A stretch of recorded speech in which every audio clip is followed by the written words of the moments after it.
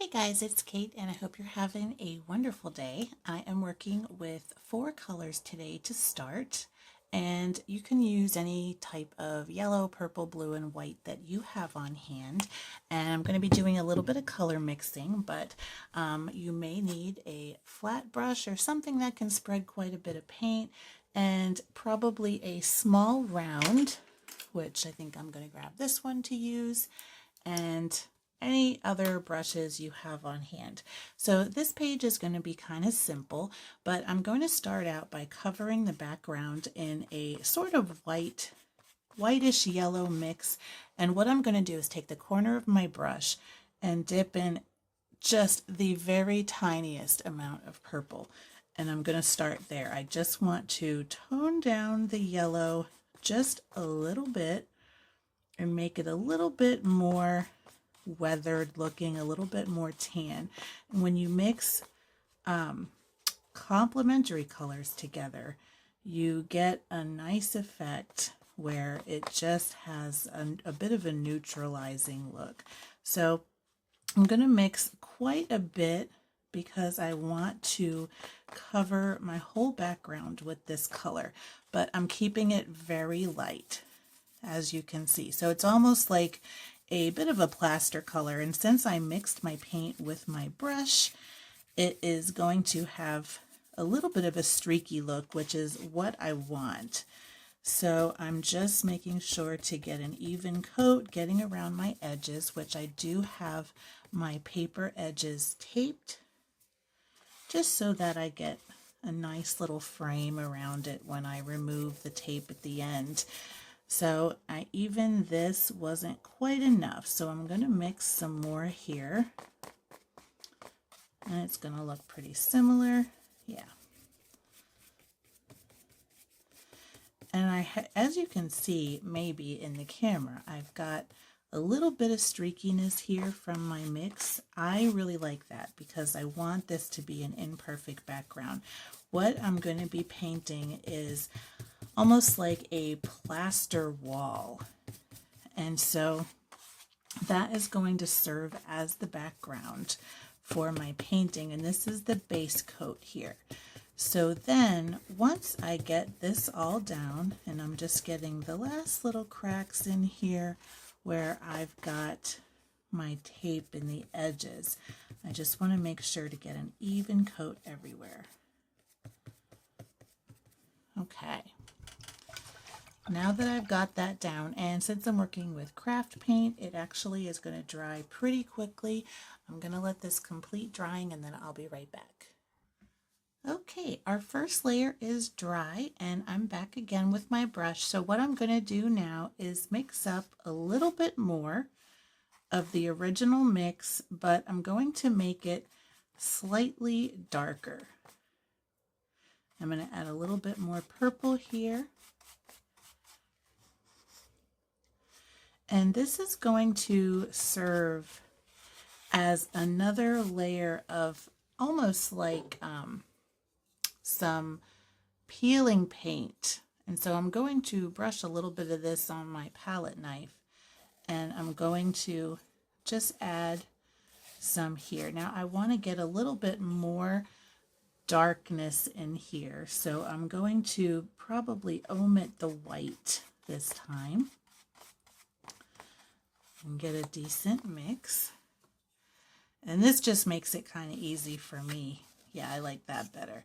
So I'm going to go pretty firmly with my palette knife and get this spread out so we look like we have kind of a very weathered wall here. And I'm going to kind of vary my strokes so that we have a natural looking surface. So this would kind of be like, you know how you see those really old walls and they have that peeling paint and plaster and they just look really weathered. That is the look I am going for here. I'm going to scrape a little bit more that I've got left in my palette, or my plate palette, I guess I should say, and I'm going to mix just a little bit more here to get some over on the left side of my page. So Let me just scrape off some more here with my palette knife. And I want this to be a pretty subtle effect because I don't want to have it take over my whole page. But I just want to get the messy look.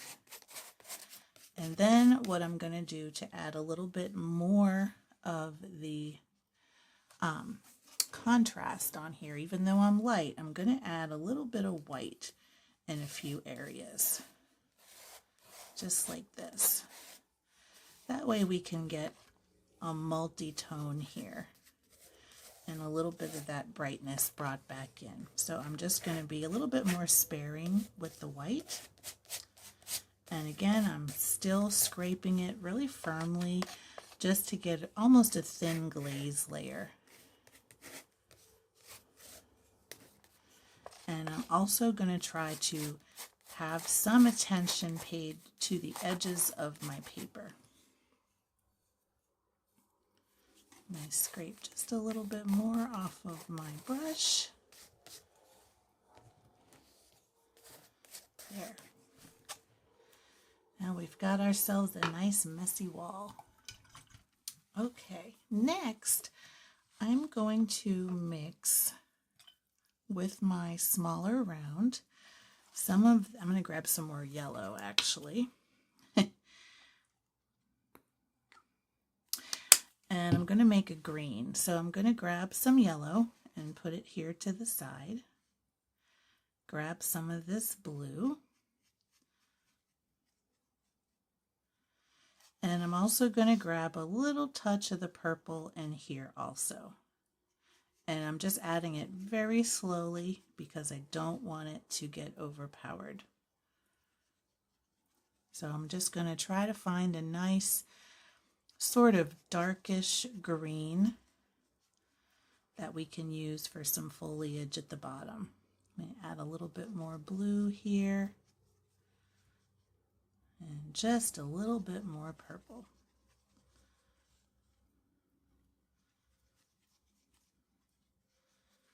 All right. I think that looks pretty good. Okay, so I'm going to use my round brush here. I'm going to do a little bit of scumbling here at the bottom of my page. So I'm going to put in some grasses, just like this. And I'm going to start with sort of a layer here, but grass is messy. You get it all together and it does not want to just stay put. So just keep that in mind. You can get very messy, change your directions, change your heights, whatever you can do. And then we're also going to make a second color onto this. Got a little something on my paper. Going to clean that off. Okay. I'm going to come back in. I did add a little bit of water to kind of clean up, or I added a little bit of water to help my paint spread a little bit more. Because if you don't have it spreading very easily, you can always do that to thin out your paint. So I'm going to have kind of a solid bottom here, and I'm going to have my grass coming up from that.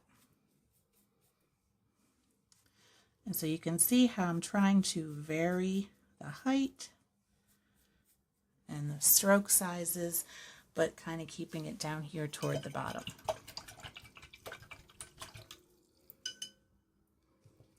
Now I'm going to add a little bit more yellow to this.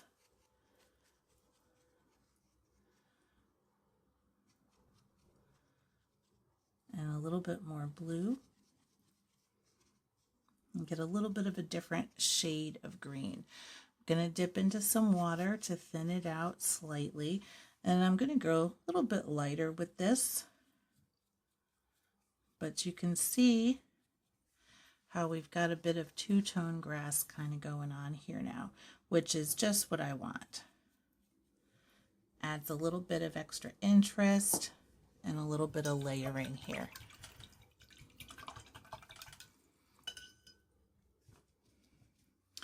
Now I'm going to add some more purple to this. to darken it up again.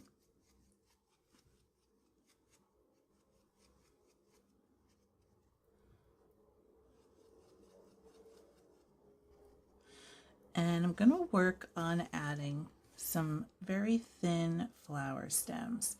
And I'm going to go slow here because I want to keep my line fine. Now I'm going to vary the height of these. Let me add a little bit more blue. I want to get this a bit darker. I'm going to vary the height of these stems. And I'm also going to vary where they are. So I'm going to maybe have some grouped together closely here and some maybe really tall and some far apart, maybe lonely. Have them maybe facing slightly different directions, but definitely some scattering of stems. And you can always just kind of pause for a minute and look at it and just see where you might be missing some or where you want to group some more together. Like sometimes I'll have stems and they're just too much this level or whatever. So I might come in and add another shorter one over here. Just like that. And maybe even on a couple of these, I'll have the stem branch off into two stems. And these are just flowers from my imagination, so they're not going to really look like anything. So I am going to loosely put in just some rough leaves on these stems with my brush.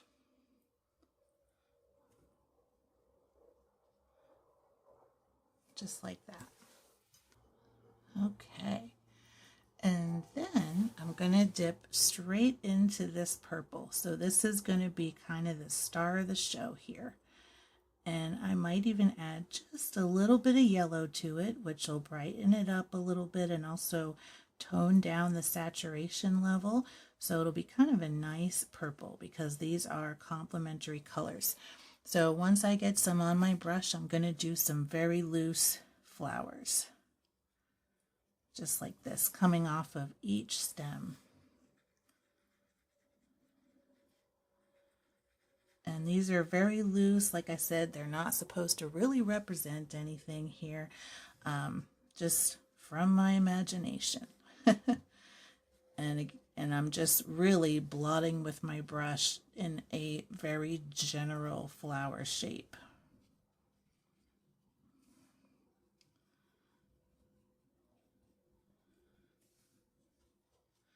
And just dip into a little bit more paint.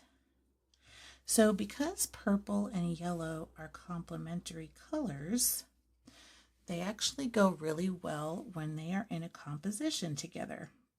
And same thing with blue and orange or red and green. And you kind of think Christmas when you think red and green, but it's also a very attractive color combination because red and green are complementary colors.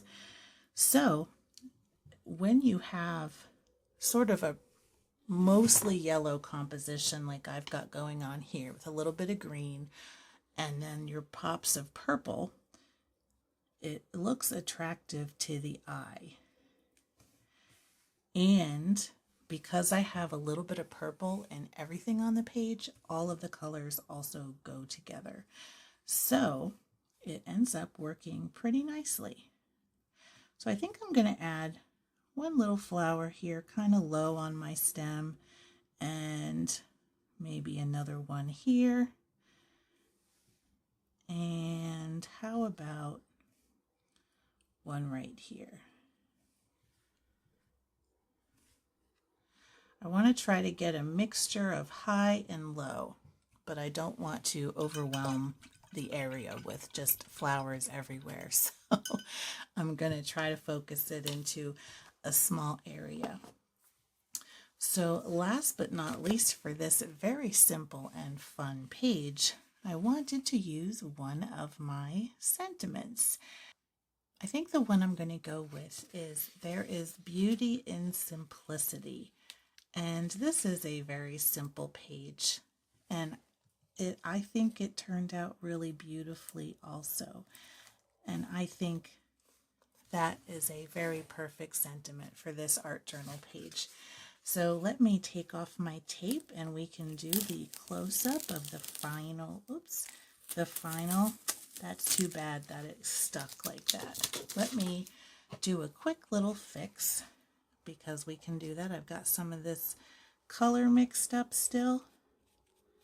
So I will just seal that bottom in with a little bit of extra paint. There we go. I don't know why I've been having bad luck with that lately.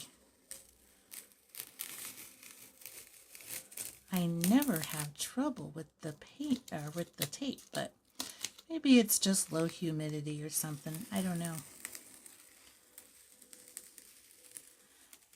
But taking the tape off still is one of my favorite things about these art journals, when you can see your borders kind of come to life. And I love this journal page.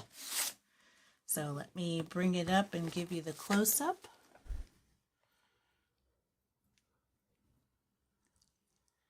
And this is a very simple, easy project to do. So I hope you liked following along with this with me today. If you have some supplies on hand to do this, I highly encourage you to give it a try. It's just very relaxing and easy and a great little art page. So thank you so much for watching. I hope you have a great rest of your day, and until next time, keep creating.